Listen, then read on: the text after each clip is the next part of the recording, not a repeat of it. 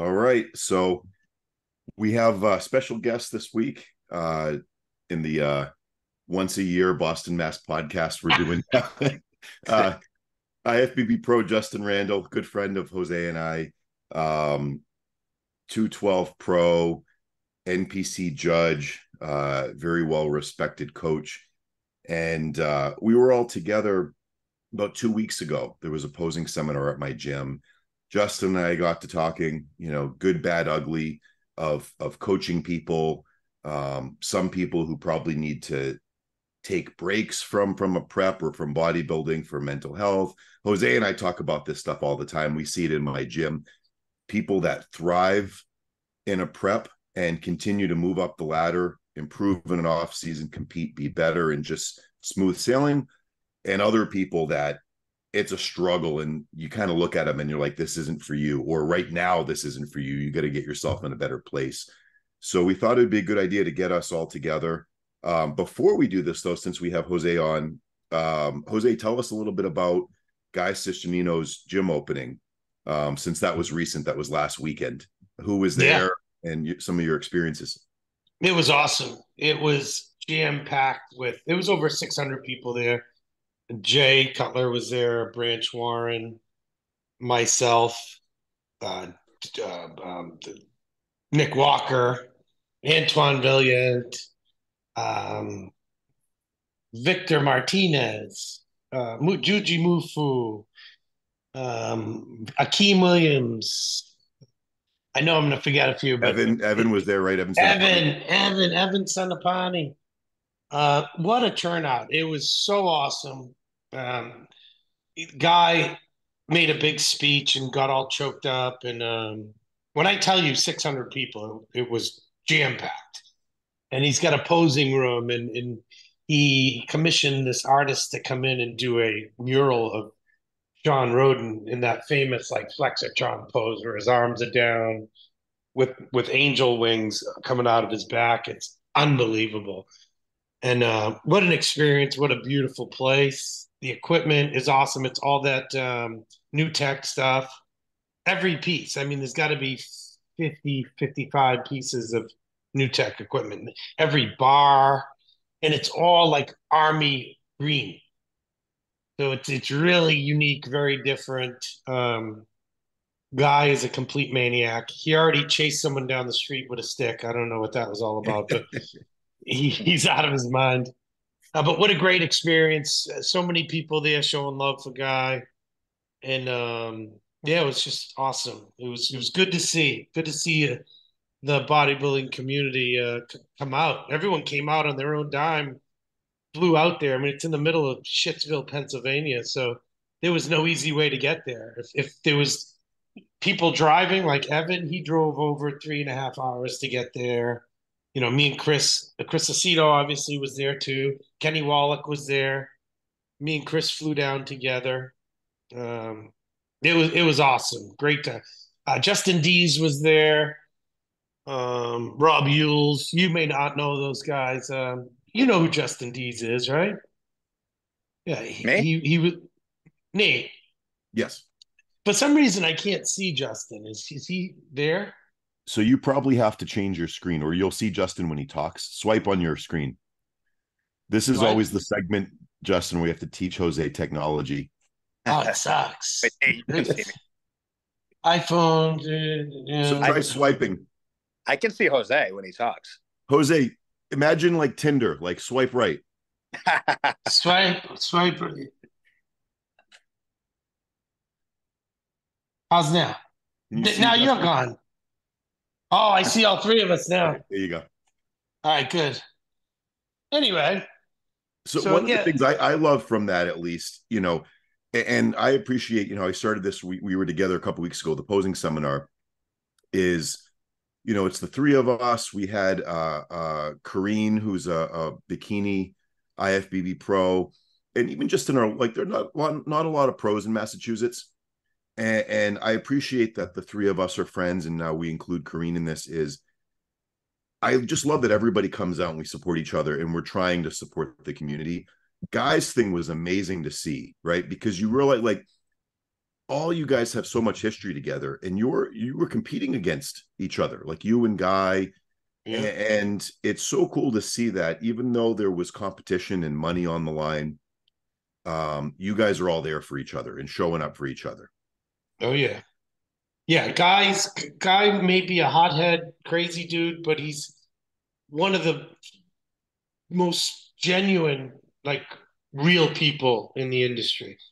And in times when when times when I was in um, very bad situations, he drove 5 hours to see me multiple times, and I'll never forget that. So yeah, Guy is a true friend, and it showed with the turnout that was there to support him. So yeah, it was awesome. Before we get into the topic, Justin, why don't we fill people in on what you've been up to, maybe what your plans are for this year? So pretty much I'm going to be mostly judging, at this point. I've kind of worked Tampa. my, what's that? He's doing Tampa. Yeah, no. I'm retired.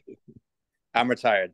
So yeah, so no, pretty much I'm mostly going to be judging. I have a full schedule this year, so I've kind of worked my way out of, working with, competitors and stuff. I still have a few left. I still work with, some of my national level people, some of my pros, but that's pretty much going to be going in a different direction.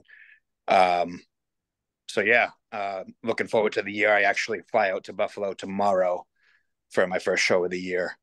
Then the Mets next week in Jersey, and that's going to be a full schedule. So I'm looking forward to that. And are you And some of these shows going to be head judging some of them? I know you've been working towards that. yeah, so tentatively, as of right now, there will be a few that I'm more than likely going to be head judging. So nothing set in stone yet. That was the goal. That's what I wanted to move into. So that's pretty much where things are looking right now. Awesome. One of the things is we're talking about, what we want to talk about today, which is really make this video for current competitors, would-be competitors, owning this gym. And I'm sure you guys get it all the time. People are like, I think I might want to compete. When should I do it? When do I know? Right. So that's certainly something I want to dig into. A big topic I'm sure we all have an opinion on is we're in this social media era. So people have plans of, I'm going to do a show and then I'm going to go get my pro card. Right. And this rush thing. But you guys have an interesting perspective from beyond being coaches, and dealing with your own clients that you either take on, don't take on, work with, fire, or whatever. You guys are dealing with everybody else's clients that hit you up after a show, right? Looking for feedback, which is a really interesting perspective as well of, in some cases, how delusional some people might be of what their expectations were going into the show. What they see their physique as versus what you guys as judges see it, how they take the feedback that you give them. So it's another thing we can kind of talk about as well is, I want to get into, hopefully somebody can watch this and come away with, the three of us are competitors and we're able to make it to the IFBB Pro Card, which is obviously everybody's dream when they start. The three of us coach, and then you two guys judge. So there's a wide perspective here. And obviously, as coaches, you want somebody to, what I always tell people when they come to me saying, should I do a show? Should I not do a show? Certainly, we want somebody to be on stage and look the best they could possibly look. Where you say, I couldn't have done anything more as a coach. This person couldn't have done anything more as an athlete. They checked every box. This is the best they can look now. We just need more time to build more muscle or whatever. But beyond that, my goal is somebody does say their first show or continues competing. And there's a real value add to building their character, to what it allows them to do in other areas of their life, right? That the discipline that you learn from this, the delayed gratification, the adversity that you face of a really low carb day and you got to go in and train legs and you don't want to do any of this and just doing shit you don't want to do because of the end goal you want to get to is so valuable in every other area of your life, right? So for me, when I sit with somebody who's thinking of competing, the end result isn't just, oh, I hope we win our division. I'd rather have somebody get fourth, fifth, sixth place, but come out of it feeling so accomplished and so empowered of what they were able to persevere and do, and come out in a good mental headspace, right? Then somebody win their class, lose the overall, and be a sore loser, and be in a really bad place after the show. It's so important for me that somebody comes out of the show. I think because, and I think you guys would agree, bodybuilding did so much for me, for my mindset, for my confidence, and I hold it in such high regard of what the sport can do, that it's important to me that somebody gets that out of it. And the thing that I hate the most is when somebody does a show, maybe they go off to a nationals when they have no business going off to a nationals, and inevitably a week later there's a 15-minute video of why they're quitting bodybuilding and how unhealthy it is and how bad it is for you, and they list all of the things, right? Of it ruined their whole life, their health is messed up, their relationships are messed up, and they're pinning that on bodybuilding. And so I think what I'd like to talk about today is maybe when you shouldn't compete, right? If you're not in a right place physically, financially, mental health wise, and when you should. So I'll kind of open it up with that. Justin, what are your thoughts on that? So going off of that point, we obviously see it from, all angles, these days with competitors. And the one thing that it kind of boils down to is the actual love for the game and love for self-improvement. Okay. Not like you said, Nate, not only with bodybuilding, but with all aspects. Okay. And I remember one of the things we talked about, at the seminar was people are kind of falling victim to doing this for the wrong reasons. And they're letting social media, they're letting the pressures of others dictate their experiences with this. Okay. I know when I competed, I know when you competed, Jose, we did this for self-improvement. Okay. There were stepping stones. All right. There was no pressure to go winner overall your first show. There was no pressure to jump right to the national level your next show after you compete in your first show. No pressure to turn pro your third show ever. Nowadays, everything has become so mainstream to where everybody wants an IFBB pro card. And that's great. So it's great to have goals, but everyone wants to get there so fast. Okay. And the one thing that I'm noticing is competitors are falling into the mindset to where if they don't win their first show ever, they suck. This isn't for them. If they do well in their first show, boom, it's right to the national level. If they don't get their pro card, their first national level show, nope, they suck. And that's going off of the point of what you were kind of just saying about the posts of resenting this. And it's, take for instance, I always use the example, let's say I'm getting ready for a national level show for the first time. I post my front double bicep, back double bicep, whatever. I'm going to get 100 comments, from the average person, people at my gym, family, pro card, no one's beating you. Get pro card worthy, going to get your pro card. And although we know that those people are just trying to be supportive, right? They're trying to bring some positivity to the page because now everyone knows what a pro card is. In reality, it's creating pressure for that competitor. And you get these first-time competitors that are jumping to national level shows for their first run ever, thinking that, oh God, if I don't get my pro card, I'm a complete failure. I remember when I did my first national show was the Junior USAs, which is not a pro qualifier. So I won the lightweight class, and my next step was the USAs in 2015. That was my first actual pro qualifier. I took third. I left there ecstatic. I felt like I won the Olympia. And of course, I had people reaching out like, oh, hey, man, sorry, no pro card. You got robbed. And I'm like, wait, what? Because I knew that I was in this for the long haul. And going off of that mental state, I feel as though if competitors are in the mental state to where, they're in such a rush to achieve these goals when it's not really about their self-improvement and the journey, that's what's creating the resentment towards a sport. And like I said earlier, it all comes down to love of the game. If you love bodybuilding, if you love this process, and if you love this journey, win or lose, you're still going to be training the next day and you're still going to get right back to it. But we all see that these days, when competitors don't get that quick victory or that quick pro card, things change and they kind of lose interest in it. And then it becomes the reason to why this isn't for them, health issues, whatever you want to say. Justin, when you did the USAs, did the class winners get pro cards? The class USAs, it was only the class winner got pro card. Yep. When did that change? So USA's is still just the class winner. Nationals has always been the top two in each class. Right, but it used to be just the overall winner. Just the overall winner. Oh, God, that's probably going back to what, Jose? 2000. That early was 2000. the last year I did it. And I won the USA's middleweights in 2007, and there was no pro card back then.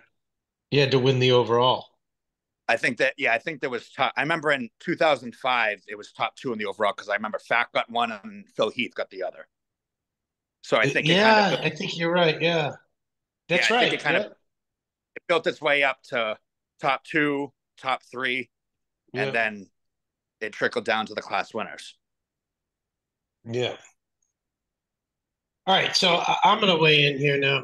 Something that it really bothers me because I've been doing it so long, or I did it so long, that back when I was competing as an amateur, there was no dream of a pro card. I didn't care about a pro card. And I didn't even take it the first few times that I was eligible to get it because there was no outlet for me to compete as a pro.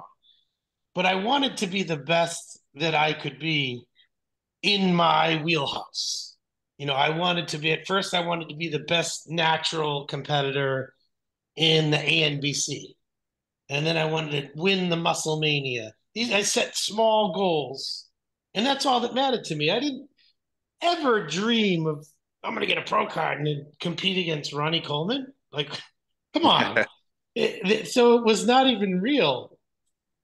Yet today, the IFBB has done a great job at marketing the brand and making it feel reachable, like to these social media people.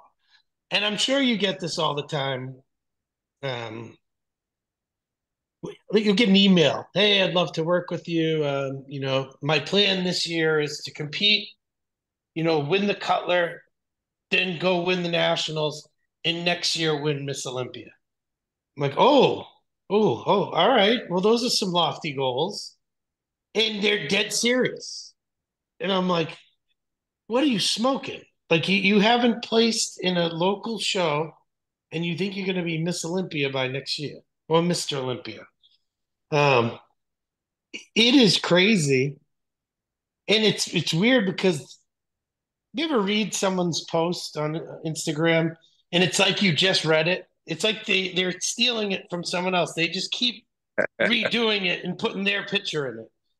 It is such a weird thing.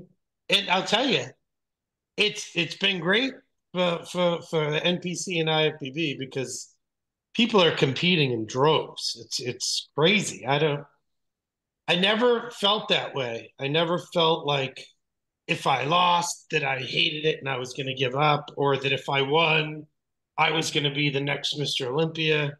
I don't know where this comes from. I don't know. I just love to train and I love the results and I loved seeing my body change.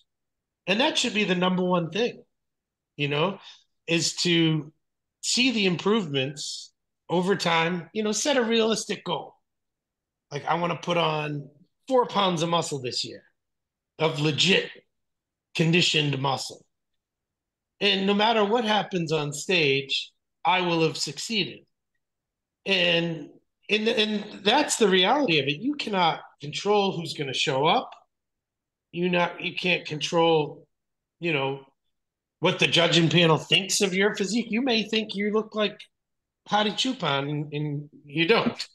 But you got to set realistic goals. As long as you do that, you're not going to hate the sport. You're not going to quit. You're not going to, because it's not about winning or losing. It's not about, the competition even. I always said the competition, bodybuilding is like a art gallery. And on that day, you get to display your artwork. And, some people are more intense at preparing for that display, and some people aren't. If you're one of those people that it absolutely sucks and you can't sustain from having a slice of pizza for a few months or having ice cream, then don't do it. Just don't do it. Don't compete, because you're going to be the fat guy on stage or the fat girl in a bikini. And that's fine if you're proud of yourself and you're proud of a transformation. You lost 70 pounds or something, feel like getting on stage. But don't kid yourself. You shouldn't have won. You didn't win. You're likely never going to win if you have the attitude of that I can cut corners, or just the delusional people that are out there. So this is supposed to be a educational podcast. Like, we're trying to tell people without shitting on them too bad. But sometimes you got to make the point of the type of people that are out there. But really what we're trying to do is let people know that there are steps to getting better, and not everyone can be Mr. Olympia or Miss Olympia, or, I did it. I competed at 16 years as an amateur, 16 years, and 10 years as a pro. Never won the Olympia. And do I consider myself a failure? No, I think I did all right. But I never in a million years had these delusional thoughts of I'm going to be the next Arnold Schwarzenegger, And I think people need to learn about the sport, study the sport before you even compete. Like, learn what it's all about. Learn who these people are. Have you ever seen Hadi Chupan in person? He's mind blowing. Mind blowing. No one else on earth will look like him. There may be different, but or Sean Roden in person, or Phil Heath, or Flex Lewis, any one of these people. They're not average. They're not just okay. They're sensational and once in a generation type of looks. So you can't just say, I'm going to start training and I'm going to be the next one. You have to set realistic goals. And I hope that people listening take something from this. And, we've all had our own experiences. And, I don't know. If anyone ever has a question, reach out to any one of us who will tell it to you straight. Sometimes I tell it too straight, and it gets a little, I don't mean to hurt their feelings. I just can't control myself. I'm like, no, I'll tell you straight. No, you're not going to win. You're not going to win this. You're not going to win nationals. Your first show, your first time. I mean, it's happened, but those people are rare. They don't want to hear that. You won your first nationals, didn't you? Me, Jose? Yeah. So USA's was my first pro qualifier where I took third. And then the following year is when I did nationals with you coaching me. And that's when I got. You won. Yeah. So you won your first nationals. And honestly, Jose, you can probably remember me saying this to you is I felt like that was too soon for me. That was too quick. I'm like, wait a minute. I'm like, I follow guys that it took them 10 years, 15 years to turn pro. I'm like, wait a minute. I'm like, I just got mine after my second pro qualifier. Okay, great. I mean, granted, I was a little lightweight, so I had a lot of work to do ahead of me, and I knew that. I was not delusional, but I almost felt like, wait, that happened really fast, and it was It kind of, did. it's kind of the opposite mindset these days to where people expect that, Yeah. where Yeah. I'm blown. So I think that's why essentially, with me, it gets a little frustrating to see that mindset of people wanting things so fast. And also to touch upon your point, Jose, like with people cutting corners, we've all seen the trend with a lot of competitors these days, and not to be negative, but they don't understand the extremes that go into this to getting into true contest prep condition. Right. They don't When's my understand cheat meal? that when's your cheat. If you're asking for a cheat meal, this probably isn't the best idea that you proceed forward with a contest prep, because those are the people that may post after how resentful they are towards the sport, because unhealthy this was, but people don't understand the extremes that go into this to getting into true winning conditions. So anybody can say, I want to win this, I want to go win the Cutler, I want to win Atlantic States. You have to understand what goes into this first. Yeah. You can't go on vacation 4 weeks out or 6 weeks out. That's not a thing, but we see it. We see it. It's the mindset, and this isn't everyone. There's a lot of serious competitors out there, even at the amateur level. So by no means am I being, negative about this. We're just talking about the good and the bad. It's a lot of the times people fall into that mindset that are getting into this that don't really understand what it requires is, how can I get to this level the easiest and fastest way possible? Whereas, like you said, Jose, when you were competing, it was, all right, little baby steps. How can I improve myself, inch by inch, and then see where it takes me on stage? Yeah. The one thing I want people to realize, listening to us, is we're not trying to say that you have to have a losing mentality. You train to win. This is competition. We train to win. We train to beat who we are up against. So let's not get that confused. We're just saying that, like Jose said, we cannot control who shows up. Anybody can show up and whoop your ass that day. That does not necessarily mean that you suck and this isn't for you. That's the whole kind of point that we're trying to make here, is have realistic expectations, train to win, of course, it's competition, but slow down and take the stepping stones. And me, the one thing I see, like I worked almost every Northeast show last year, is it's one and done for a lot of competitors, meaning they'll do one local Northeast show and then it's off to nationals.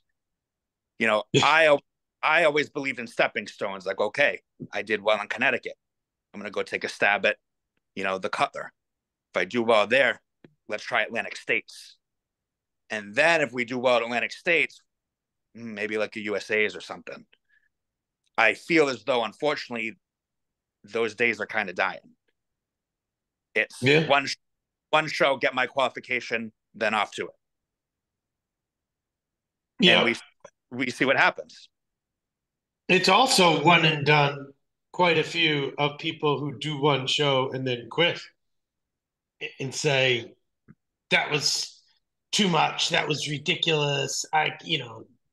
It's unhealthy. I can't do that. And they get resentful.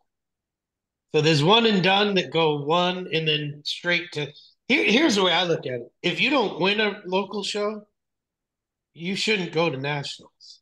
Absolutely. You have to win. And for the bigger guys, like, I was even going to tell that kid Tofik to hold off. I'm like, yeah, at like 6 weeks out, he was still chubby. And I'm like, you know what? You didn't win the overall at the Cutler. I mean, he is clearly an overall winner, that kid. Absolutely. And I'm like, you didn't win the overall, so I don't know if you should do nationals, but you know what? Let's diet. He didn't diet. I'm like, let's diet for a few weeks and see what you look like. He comes back 2 weeks later, he's got striated glutes. We still got 4 weeks left. And I'm like, all right, we can do this. So there's people like him in my eyes, he could be a superstar. He could be like the Jose, we judged his next first show. He was unbelievable. fat, but He he was was fat. incredible. Yeah. The muscle. I remember we had to give him the win because he Yeah. just had so much muscle. Yeah. You and I were like Joe Rogan during a fight. We're grabbing each other like, holy shit, look at this kid. He was so nuts. Like, that's a once in a lifetime physique. Like, with the tiny joints and huge round muscle bellies, all he's got to do is get in shape. If he gets in true contest shape and can pose, he'll win the overall at nationals. That's how good he is. Well, I got to be honest with you. He was in pretty damn good shape at nationals. Like, if you showed me his nationals body compared to when he was at the Cutler, oh yeah. Same year, I would say that's not the same kid. Yeah. Well, he finally dieted. When he came out of nationals in the welters, it was, and he turned around, and I'm like, well, where did his striated glutes come from? Yeah. You know, so it was cool. Yeah, he's only going to get better. But he's got to he's got to do it. He's going to do it as like a middleweight next year. He's unbelievable. I don't want to say too much. Him in true condition, you know, we'll obviously never say that, you know, he's definitely going to win because we just had that conversation. But right, him as a middle in condition will be extremely hard to beat, and you know, potential looking at it overall. Yeah, exactly. So Nate, what else you got going on? So I want to get into the question we all get asked of when should I compete? When do I know I'm ready? And I'll add quickly to this. Obviously, there's you know, what division do they want to compete in? Do they have enough muscle? How, you know, do they have too much body fat that we want to get them in a better place? So there's the what's going on with the body part, the body section of it. But I also want to add in, you know, how are their finances, right? Like, even doing a local show, especially if somebody's bikini wellness, where you've got the suit, the hair and makeup, the tanning, NPC card, the show, are you traveling and you need a hotel? People really underestimate that, especially younger people. You know, I had to coach a girl last year who could barely afford to pay me, really sweet girl. And when it came time for, you know, oh, by the way, you got to sign up for the show and your NPC card, and, you know, you might as well do two divisions, true novice and novice, or, you know, true novice and juniors or something. I don't have the money for this. And you know, the tanning and the hair and the makeup, I don't have the money.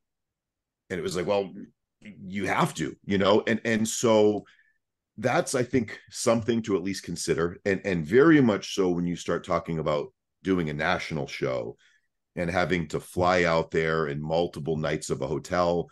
A lot of these national shows, I think, are $350 to enter the show. So what's your financial situation? You know, I think to some level, you shouldn't go into thousands of dollars of credit card debt for a bodybuilding show. You know, that's only setting you up to be in a bad place after the show. You know, when you talk about a bodybuilder, right? All of the show costs, tanning, NPC, show money, let alone food, drugs on that side. You know, you see people who don't have two nickels to rub together talking about they've got to buy growth hormone, you know, and this level of this is what I need, and putting things on credit cards. And the other section I want to talk about that never gets talked about is the mental health side, you know, and I'm starting to see people in my gym who are not in a good place mental health wise, talking about they can't wait for their next prep and they're hanging on by a thread. And I think in some cases, for some people, it almost becomes a coping mechanism because it's something you can control and you can block things out. But I think oftentimes that's also where we see people go off the rails, or really struggle in the middle of a prep because they're hanging on by the next Instagram post that they get 20 comments and 400 likes to sustain them, you know, for another day, because that's why they're doing it. So there's a few areas that I know. So when someone comes into me and says, when should I compete, or when do I know I'm ready? Certainly it's like, do you have some amount of muscle? Say for a guy, right? Whether we're doing men's physique, classic physique, bodybuilding, you got to have some muscle on you. Are they within a place that we could get lean within 20, 24 weeks, whatever, right? They're not morbidly obese. But then one of the things I often say is you should almost be bored with your life, because if your life is chaotic, you've got a really toxic relationship you're in, your job to job, or you have a lot of stress from your job, and things are all over the place. In my experience, throwing a bodybuilding show into that, when your personal life is a mess, your work life is a mess, is only going to blow things up and make your life worse. I find, at least the people that I've worked with, fortunate to work with a lot of students. It's their first show, a lot of college kids.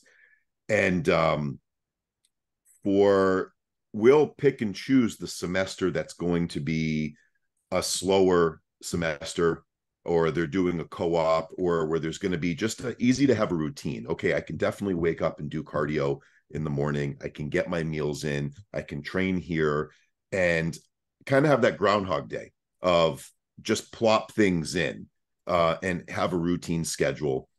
Obviously, that, the whole mental health component, which I think is really worth a discussion, in the finances. So that's kind of a conversations that I have.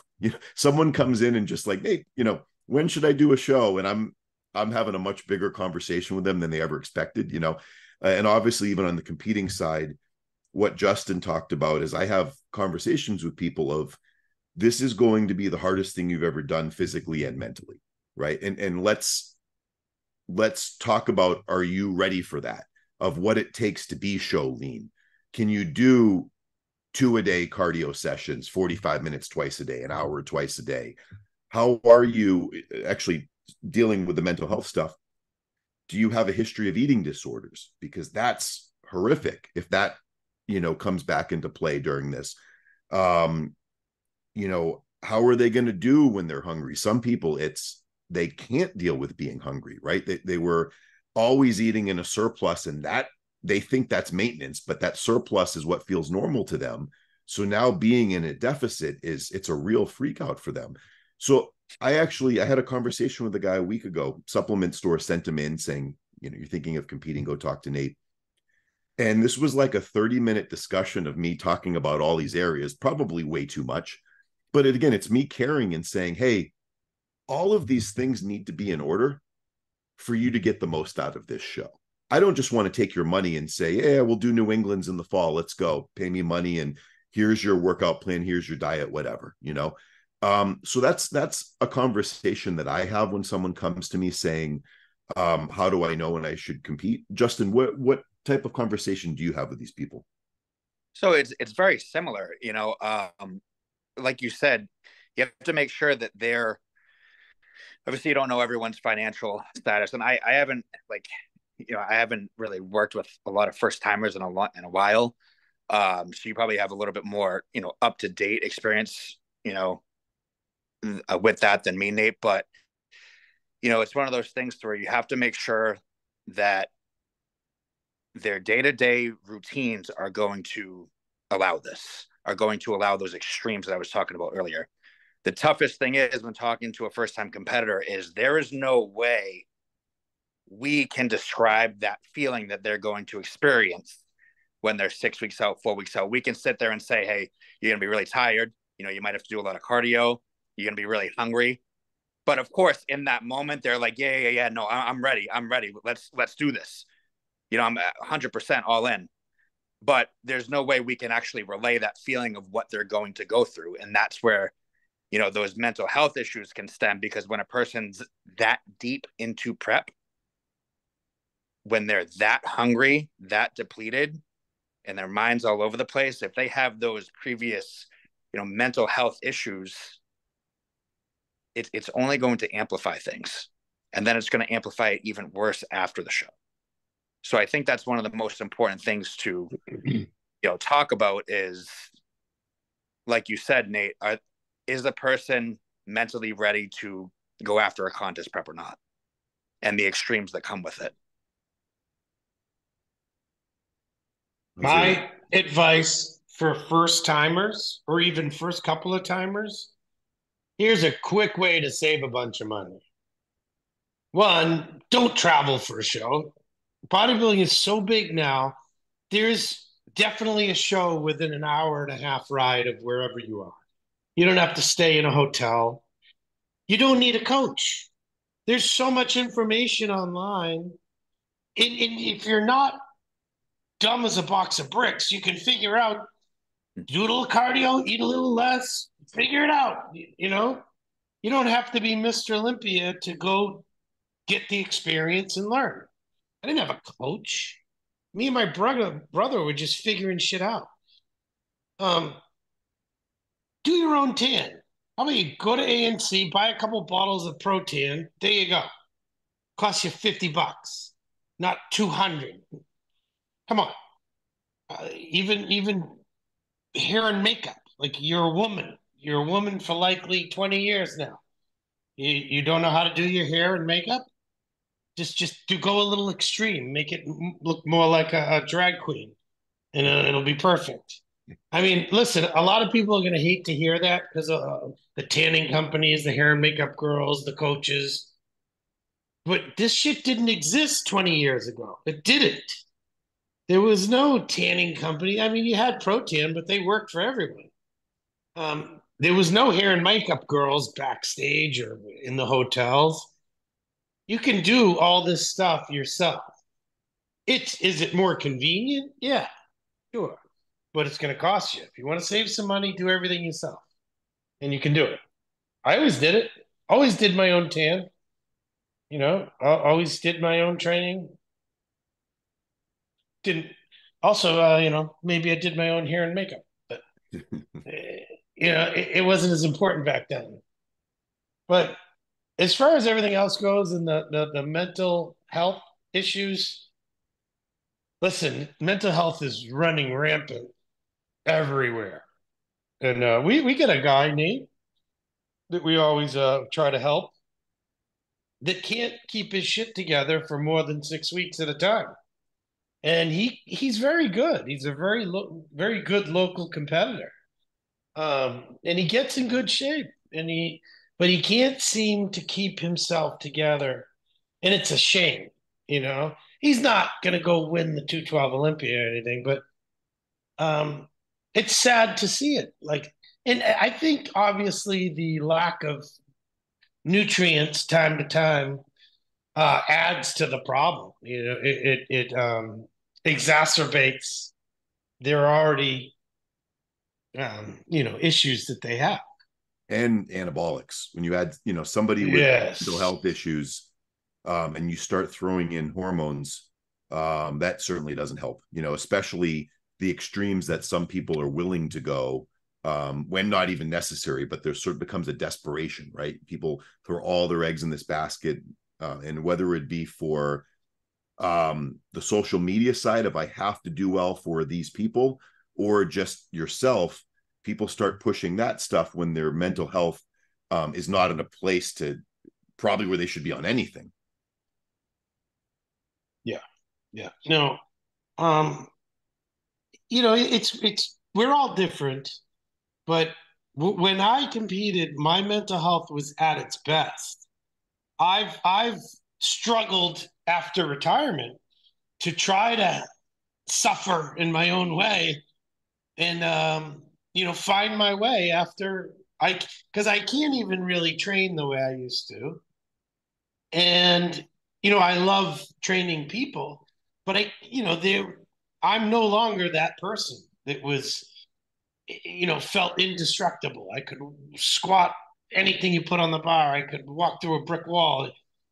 And so there's always that mental health that we all deal with, right? We who are we now? What am I doing? But I don't understand the part like when you're doing it. This should be something you love. It should be something that you enjoy. That's why you're doing it, right? Or are you doing it for someone else? Are you doing it for social media? Are you doing it for what? If I'm doing it for myself, I love it. I absolutely love whatever it is I'm doing. And I miss competing for that aspect because I was so zoned in, so focused that there were no mental health issues. It was like I have a job to do every minute of the day. My day is so organized and scheduled out that I don't have time to think about anything else. It was when there was that schedule was off that I could dick around and I didn't have as much discipline, and then shit starts to get a little haywire. But I don't understand anyone that is doing a bodybuilding and prep and doesn't feel better. Like my laundry's done, my house is clean, my lawn is mowed, my car is neat. Everything about my life is in order when I'm prepping. Well, I And think you just nailed it, Jose. Are you doing this for other people with social media or for yourself?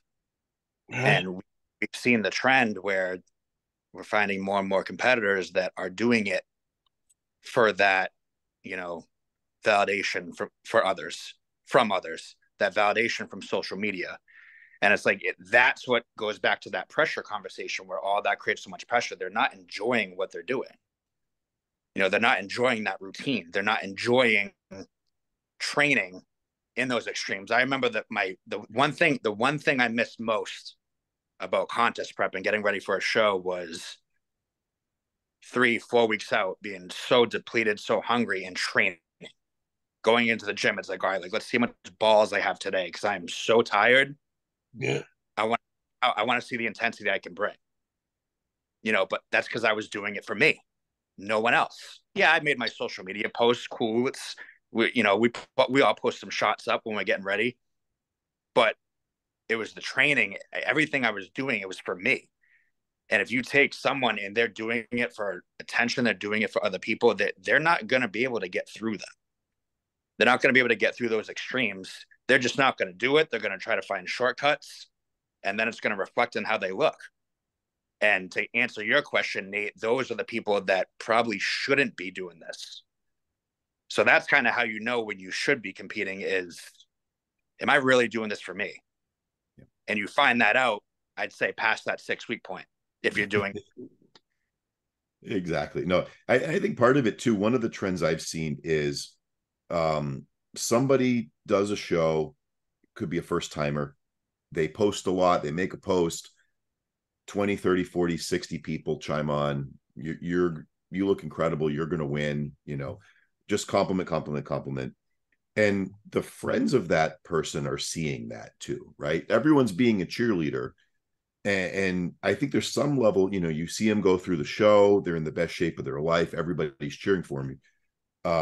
Where people are like, I want that feeling, right? Now, they don't know all of the work that went into it, right? They're seeing the finished product of on stage and everybody clapping for them, the cheering section, and all of the likes and comments on the posts. And there becomes this social media thing of, oh, I can do a show and I'll get all of that, right? I can make these posts. And it's such a weird world now of, people going to do a show just hoping to become nationally qualified, to put nationally qualified NPC competitor in their bio, right? Yeah. Like that's a badge of honor to type that. It's a badge of honor to, I can't tell you how many college kids have come into my gym asking how they could somehow become a sponsored athlete for Young LA, that's their goal, right? And or a supplement company would sponsor them or any of this stuff. And maybe if I do a show, right, this will happen and that'll happen. And again, like the point is they're not doing it for the right reasons. Those are the people that are going to struggle under 6 weeks out, right? It's like, why would you go through all of that hoping to get a Young LA sponsorship and get some free clothes or get some free supplements, right? It's not worth it. One thing I wanted to touch upon with you guys too, that obviously a lot of what we talk about, the suffering, you got to have what it takes and push through. I also think sometimes can go the other way, and where people have such a tunnel vision that they push everybody away and they isolate themselves so much, and their mental health goes to shit and their whole world goes to shit, right? And then they blame bodybuilding. So one of the things I wanted to touch about, because it's been a journey for me. When I started working with Jose, this was just an afterthought, right? I was training with Jose just to start training again at 37. I wanted to be pushed again. When I was in my 20s, I did a couple shows, and I remember that feeling of training like an animal. And I did a couple shows. Bodybuilding gave me the confidence to, wow, I just did this. I set this big goal. I did the work week after week, and I accomplished this. What would happen if I applied myself in that same way to my career? And I stopped bodybuilding and I focused on my career, and I did that same thing, right? So for 13 years, I would just casually go into the gym a few times a week and get a pump. I didn't train like a bodybuilder at all. I then started to miss it. I started to feel my age at 37 and just started saying, you know what? I remember that feeling of training like an animal and how good I felt.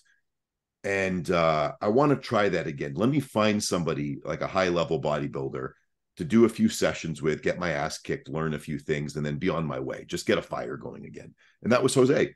I got 3 sessions with him around Christmas time, and it was just going to be do 1, 2, 3. And that turned into Jose saying, why don't you do a show? And I was like, dude, I haven't competed in 13 years. This is so far. I'm 37. I'm old. Like, I would embarrass myself. And he's like, no. You can do really well. I'll coach you. And I mean, you could potentially win a show. And I didn't believe it. I thought he was just being nice. And I was like, you know what? I'm going to just set this goal for myself. I'm probably going to embarrass myself, but I'll do it. And, on and on and on. But for those first few preps, when I was like, I'm going to do it, people that know me know I get pretty OCD and I go all in. Like when I was all about guitar, I was just all in on that. And I block everything else out and I just consume knowledge. And that's all I do. And I'll outwork everybody just because I get so obsessed about something. So I did that for bodybuilding early on, where I was obsessed about checking all the boxes and having the most perfect day.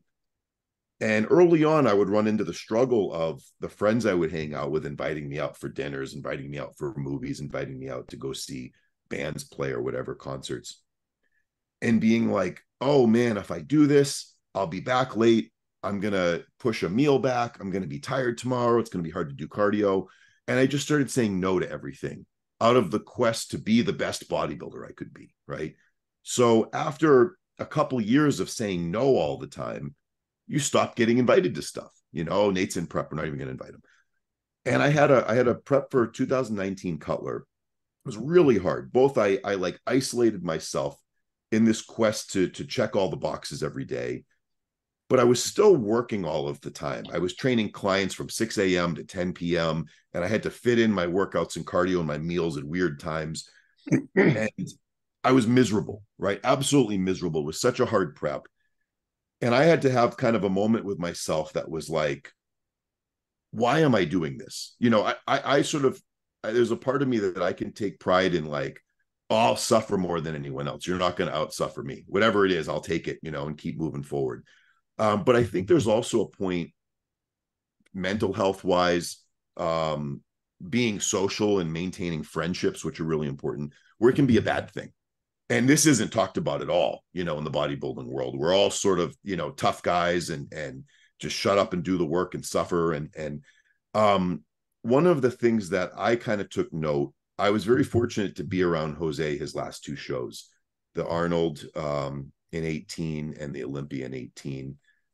And that was the first year I competed working with Jose. And I saw how obsessed I was and how tense I was and how relaxed Jose was 2 weeks out from the Olympia. And I'm like, how is that? How are you so relaxed? This is your last Olympia, the biggest show you could possibly do. And you're just in a good mood. And yeah, just going to do my cardio. And I really made a note of that, of I need to be in a better place mentally. I'm being too hardcore about this to the point that I'm making myself miserable. And I say that because I see this with a lot of competitors. They go too all in of, I'm going to be the best bodybuilder. And they have no social life, no friendships. It's all about bodybuilding and the suffering and the struggle. And I see them then fall apart. And so one of my goals these last couple of years, especially now competing as a pro, is to be very intentional of what I need, very intentional with my time. You know, Jose and I talk. I have a therapist that I FaceTime with or Zoom with every week, not because I'm in like, you know, a bad mental health place, but to help me sort through things, you know, and just be clear headed. It's part of the team. I have Jose as my coach. I have Jose as my trainer who trains me twice a week. I have a deep tissue massage therapist that I see every other week. I have Karen, the body worker, Fixed by KG, when she comes around.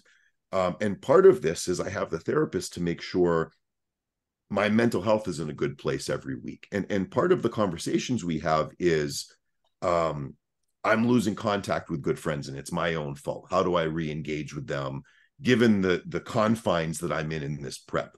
Or I have these other friends that are really, really needy and I don't have a place for them. And I know if I hang with them, it's gonna suck the energy out of me. And it's gonna be a problem. How do I navigate dealing with people, right? And this is something that's not really talked about, other than Chris Bumstead recently, you know, talked about in his last Olympia, being so shut down for years and not having any emotion, not feeling anything because it's what we do, to the point that he wasn't feeling the highs. You know, he'd win the Olympia and it's like, all right, I did it. And this last Olympia, he talked about being very aware of his emotions and dealing with things as they came up versus squashing them down. And you feel the lows, but you also really feel the highs. So I wanted to ask you guys, you know, this is my own journey that I'm on as I'm trying to compete while owning a gym, while having a relationship, while having online, you know, all of these different things, and trying to be the best at all of them. Has taken me some thought and work with a therapist to say, how do I delegate my time? How do I delegate my energy? How do I pull back here so I can push here? What thoughts do you guys, Jose, let me start with you, just because, you know, you were, without us talking about it much, you were a big influence for me, seeing how relaxed you were going into these big shows and still having dinners with friends and, you know, keeping these friendships up. What do you have to say about that? You know, given you see a lot of kids nowadays saying, I'm hardcore, I'm going to suffer, and I'm going to isolate myself from everybody. Yeah, I I agree with what Chris Bumstead said. I kind of did that. I didn't let anything bother me too much, and I also didn't enjoy it too much. Like um, when I won the Arnold Classic, or I won the New York Pro or something, I never got that feeling of like, oh my God, I'm gonna fall to my knees and cry. And like this big, I was just kind of like, all right, that's what I just trained for 16 weeks for. I knew every morning that I was gonna win this. That so I didn't, you know, I would just be like, great, you know, and that's kind of a problem that, you know, but the good part of it is that I didn't get overly bummed out either. You know, I'd be a little pissed if I thought I could have placed better or whatever. But I tried to keep it even keel. And then, you know, just from experience and doing it long enough, I knew that a meal was coming. I never got miserable. And I just have a different way of looking at it. And I think if you look at it this way, we're not really suffering. Like people in Haiti or Ethiopia, they're suffering. We're eating 6, 7 times a day. How is that suffering? You're not starving. You're eating quite a bit. But you know, you do get that feeling of a little gurgle in your stomach. You know, it's been 3 hours since you had a meal. But I always kept it in perspective, and you know, like I was a role model for you in that sense. I always had my older brother to be a role model for me, and I would see what he would do, and he was shredded, and he was always happy as could be, working all day long. So I always tried to turn it around and have it be like, this is just a great opportunity. This is far from suffering. This is, you know, this is fun. We actually get to do this. And especially when I was a pro getting paid to do it. I'm like, are you kidding me? I would have done this I did it for free for 16 years. And now I get to get paid. This is crazy. So there was never a complaint from me. I thought it was just such an amazing, amazing opportunity. And I'm like, I'm good at this. I know I can do well. And I would just try to have a positive outlook every day.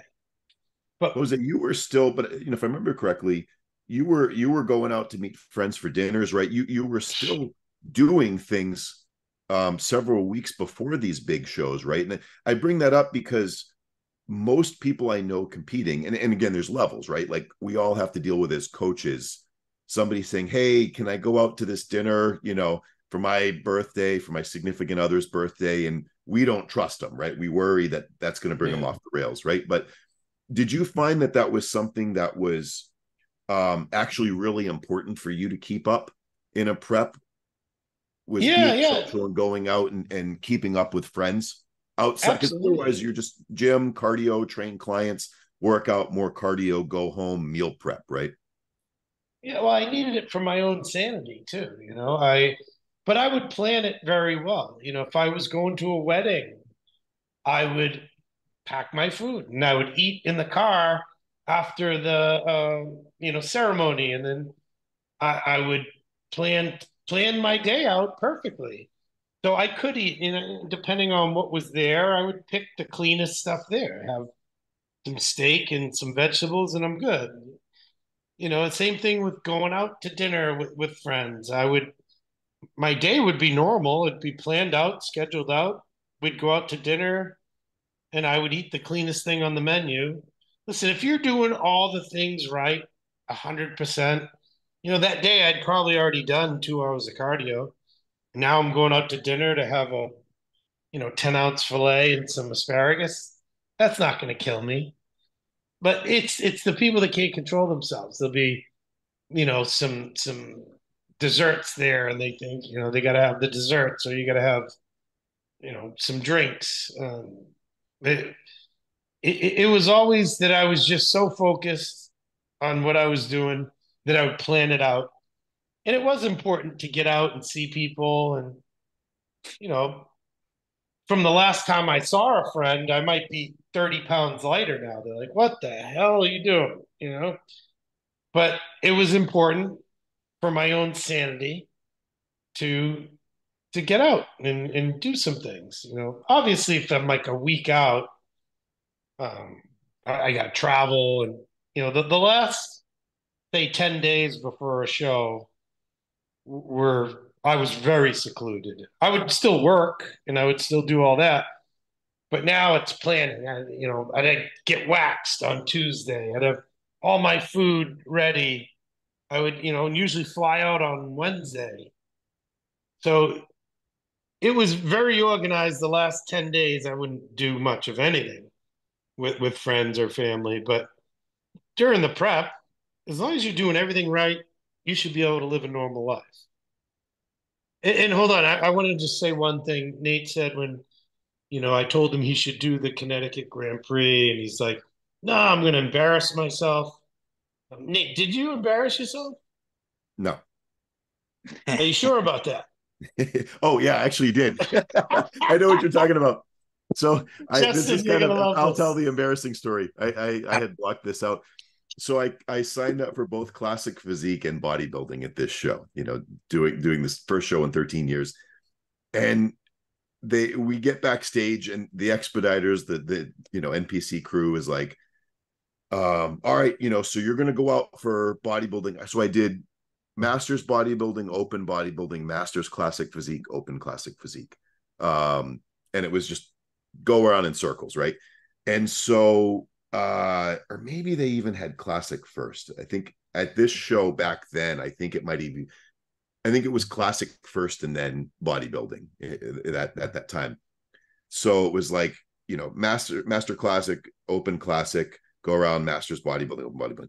So I had my bodybuilding trunks underneath the classic physique trunks. And this is when the classic physique trunks were a little longer, kind of like the boxer briefs things, right? So I just quickly threw it on over, do classic physique. I won Masters and Open in my divisions for classic. Come up for bodybuilding, and my bodybuilding trunks are backwards and inside out. So the crotch, like the crotch liner that's like a color, was on my ass, as like it looked like two-tone. The crotch was one color, the ass was another color, because they were backwards and inside out. Yeah. So I did embarrass myself. You're right. That was hilarious. I was like, Nate, where'd you get those trunks? I'd never seen those before. Two-tone trunks. He's like, what do you mean? What year was that? That would have been 18. Was that was 18?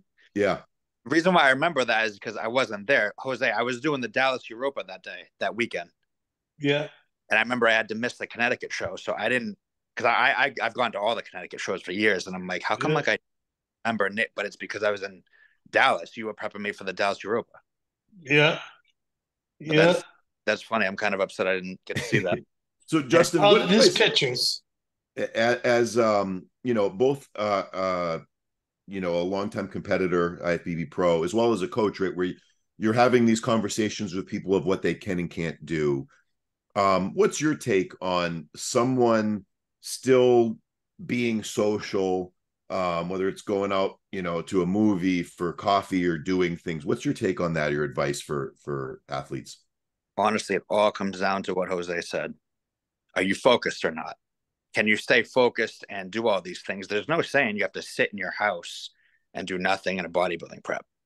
Okay. Like, can you go out and do these things and still maintain, the task of what it requires for your goal, in your contest prep?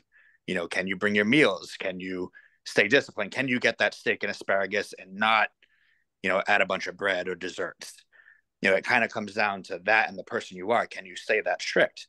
I was absolutely guilty, like you, Nate, in the first part of my career of when I was in bodybuilding prep, it was nothing. Don't talk to me. I'm not going out. Staying there, locked away, just thinking about bodybuilding things only. That was kind of how I operated. But I definitely improved as time went on, especially in my pro career. Like it was kind of like a 180. I was obviously still strict, to get in the condition that it requires. But, I remember I would 3 weeks out from the New York Pro, my buddy Paul's, his birthday party was, at Capitol Grill. And I went, there was a bunch of people there. It was 3 weeks out. I was tired. I was hungry. I got a steak, I got potato, and I had a great time. I was, in I would say my pro preps, like I love basketball. I would go out, play basketball. I would, watch basketball games. It wasn't just all bodybuilding. I remember one time a week out from the Indy Pro, myself and my girlfriend at the time, we went outside my complex and we were throwing the football around. And my buddy Frank, who had always known me, he watched me, coming up. He knew how I operate in prep. He was like, I can't believe I'm watching you, throw a football around outside 1 week out. And I'm like, yeah, why not? I was tired, I was hungry, but passed some time. And you don't have to stay so fixated on bodybuilding. You can go out, you can do things, you can take your mind off of it, which I think is actually a good thing. And that's not taking focus. That's just keeping your mind right, keeping your mind fresh. Because if you're focused, you're not going to do anything that hinders your contest prep, like Jose said. So one of the things a story that I tell people often, when Jose and I first started the podcast and we had all these amazing guests on, and I'm, at awe of these people who I look up to, one of the third or fourth guests was Chris Aceto. And, all of these people were Jose's friends. So I'm sitting here, I don't have any relationship with these people. I look up to them. And all week long, I know, okay, we're going to have Chris Aceto on. I'm trying to think of good questions. I'm watching other podcasts. So one of the questions I asked Chris was, Chris is arguably top 3 bodybuilding coaches of all time, right? And this is a hobby for him. This isn't what he does for a living, right? He probably owns over 100 properties. He's in real estate. And so I asked him, what advice do you give your athletes who, they're full-time bodybuilder, pro bodybuilder, but they also have a job, they have a wife, they have kids. what advice do you give them in terms of time management of being the best bodybuilder they can be, but also having these other things, right? Because look at you, Chris, you're one of the best coaches in the world, but you also have all of this real estate stuff going on throughout the day. And Chris kind of paused of like, that's kind of a dumb question, right? And to me, this is when I was in my tunnel vision, right? I wasn't pro yet, and I'm just all in, how do you become the best bodybuilder possible when you get all this other stuff going on too? And he was like, to do the things in bodybuilding does not take a lot of time. You do your cardio, you eat your meals are prepped, you just eat them when you need to eat them. You go into the gym, you train for an hour, you get out. You have all these other hours. You don't need to be thinking about bodybuilding between. It's not going to do anything for you, and you're better off thinking of other things, giving yourself a break. And Jose at that point chimed in that, one of his best preps was the 2015 Arnold that he won, when we got 9 feet of snow and he was outside shoveling all the time, or figuring out which gym was open in a snowstorm. And, he was the busiest. He was working all of the time with clients and had the least amount of time to sit around and worry about or think about bodybuilding. He just had to work, and then just do the things he needed to do. And that always stuck with me, because when Chris said that, I was like, oh, I'm thinking about bodybuilding all day. I'm consuming podcasts. I'm like, as Chris had said, we're all looking for the magic, this guy figured this out that we don't all know. And when I can figure it out, I'll propel ahead. And it's not there. It's just, training really hard and the consistency and over and over and over again. And the more that I've pulled away, my best preps, like last year, doing these pro shows, having this gym and being here all day and training 6, 7, 8 in-person clients a day, and having online clients, and also making an attempt to be social, have a relationship, go out and see live music, which is something I'm passionate about. As long as I was good with time management, and it was like, I can go out and see this band, I can go out for this dinner, I just have to be back by this time. If I go out and see a band, I eat a meal before, I come home 3 hours later, I eat a meal, I go to bed. Everything could be scheduled. But the Chris Aceto thing always stuck with me, because as simple as that is, I think too many people are spending too much time thinking about bodybuilding, and it has a very much a negative effect on it, when actually thinking about it less would clear their mind a little bit more, and they would do better. Justin, what are your thoughts on that? Social media. Yeah. People are, rather than doing the things you just said, in between your meals, people are scrolling, they're comparing themselves to others. And that's where the mind games come into play in a contest prep. They're too fixated on, bodybuilding, like you said, but also social media is really not helping the situation, because they're surrounded by it, their feed, and then they're scrolling all day long rather than, going out and doing something, hanging out with friends. Like I that's actually, what Chris said, I didn't even think of it that way. It's just so much time in between bodybuilding things that you're just not taking advantage of, because, we're busy scrolling, finding other bodybuilders and, wrapping that around our brain, so I just think that that's really important, to where, yeah, you can be focused. You can be focused on winning. You can be focused on your show, but there's other things out there to keep your mind right and to keep your mind fresh. That's a good point, Justin. And I'm very thankful that the majority of my career, there really wasn't much social media. It wasn't, I didn't spend my day on Instagram looking at, oh my God, what does Flex look like today?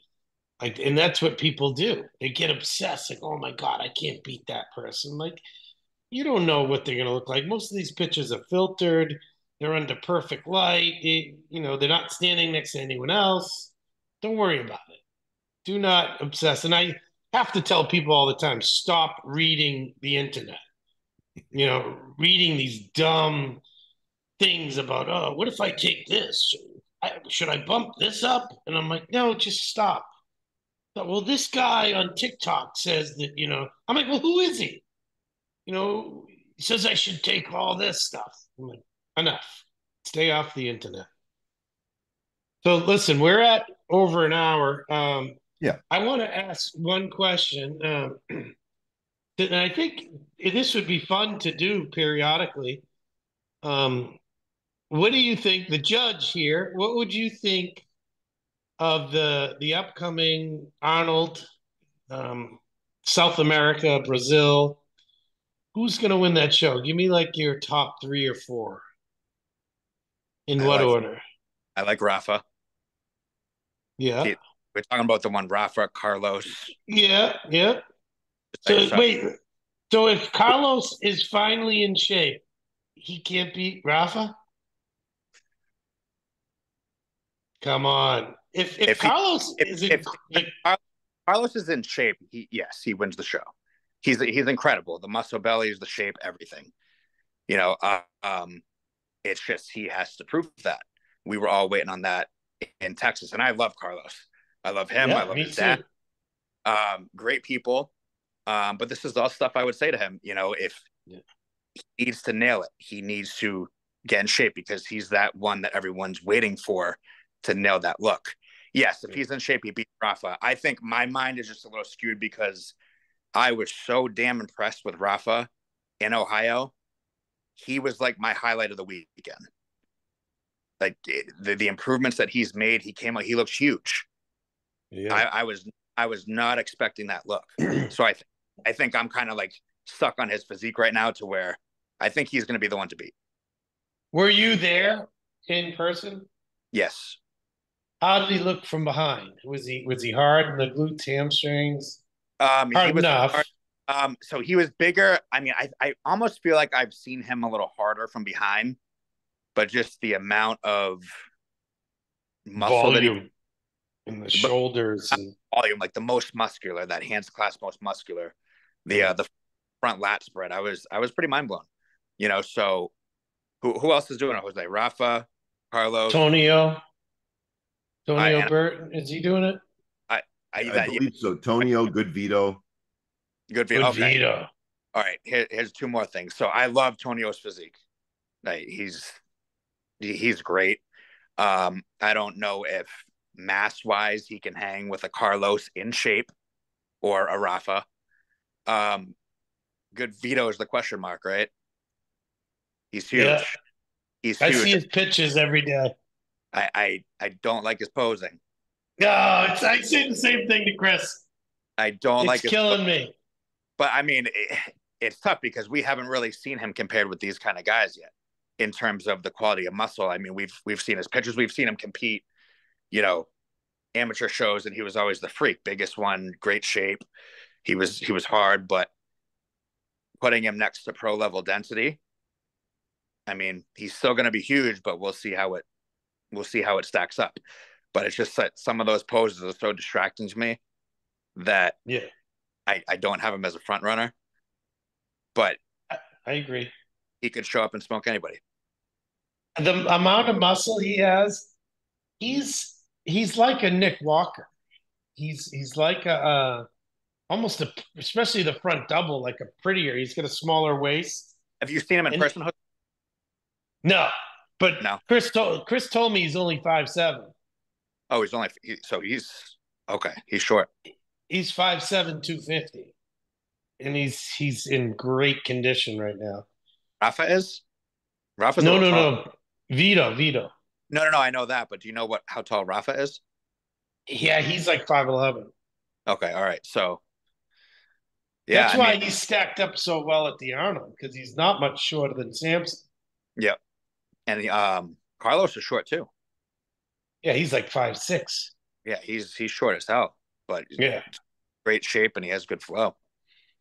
So I yeah. don't know. I'm fired up for this one. That's you know what that is, Jose. You know, we can sit here and make our predictions, but that's a top four to where that could be shuffled any given day. Yeah, and they're also top four that if they're ever 100% what we envision them to be, they're top four Olympians. Like Yeah. they're that good. Even Tonio. Tonio is the next coming of Dexter. Like, You just took the words out of my mouth. He reminds me of Dexter, even down to like his midsection. yeah, that But long like, torso with bubbly abs all the way through. Yeah, and he looks good in the front double when he's not vacuuming up. He kind of has the flex. Like that's Dexter. Yep. And he's got a great back. Yep. I'm fired up for this show. So He's we should do it. We should do a podcast either before or after this show. Is it it's what, not this weekend, it's the following weekend? I believe so. 2 more weeks, yeah. Yeah. Okay.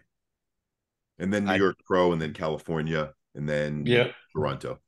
New York Pro is going to be pretty stacked too. I think 12s and open. Tonio's doing that one too. Nick's doing it. Tonio and Nick. I'm assuming Kareth is doing 212. Kareth, Angel. Who's the Jose? I think he was like 6th at the Olympia. Olakri. Oh yeah. Yes, yeah. Yep. Yeah, yes. He's nasty. Holy Krevy, yeah. Yes, I love his look. He's doing it. He's hard as cement. So there's what, 3 top 6 Olympians right there doing the New York Pro in the 212s. Yep, that's awesome. And someone else on the open. Nick, Tonio. There's a third. Is Carlos coming back for that? I hope so. He should. Yeah, unless he wins here, obviously. I'll give him shit if he doesn't do the New York Pro. Yeah, me too. I think he will. But I hope the kid is just off the charts and can win in Brazil. Well, Jose, remember last year at Victor's show in the Bronx? That was the most ridiculous thing I've ever seen in my life. I was mind blown. That was before he looked 400 pounds on stage. He really did. And I've never seen a side leg like that in my life. It's crazy. And he was still like, his shape was beautiful, even super heavy. Beautiful. It was everything flowed. Do you know how much he weighed that day? No. I think he was like 245. And he's legit short. He may even be 5'5". He's not much taller than me. Don't even say a word. So this was great. I think we should do this again. Your insight is always amazing, Justin. Thank you. And you have a superior eye. So I always respect your opinion. And obviously Nate knows a thing or two and knows how to get this together, because I don't understand a single thing about these fucking cell phones and doing any of it. So thank God Nate's here. But I got to be up at 4 a.m. So let's cut it here. Right. Thanks a lot, guys. And yeah, I guess so if anyone, I guess, can reach out to us right on our social media, look up for Justin Randall. I'll post them in the little bio section under this video, so people can, if they want to reach out with questions. I think we're all a good resource, in terms of when to compete or national level stuff. We all want the best for people. So hopefully people took something away from this, the conversations that we had about, why you should be doing it, reasonable expectations and mindset and all that stuff. I think it's important to have. It doesn't get talked about enough, especially for people just getting into this. If they don't have a Jose Raymond at their gym, a Justin Randall at their gym, this stuff often gets overlooked. So if we can help people, in masses through the podcast, I think it's worth it. Amen. All right. Thank you, guys. Take care. All right. Bye-bye.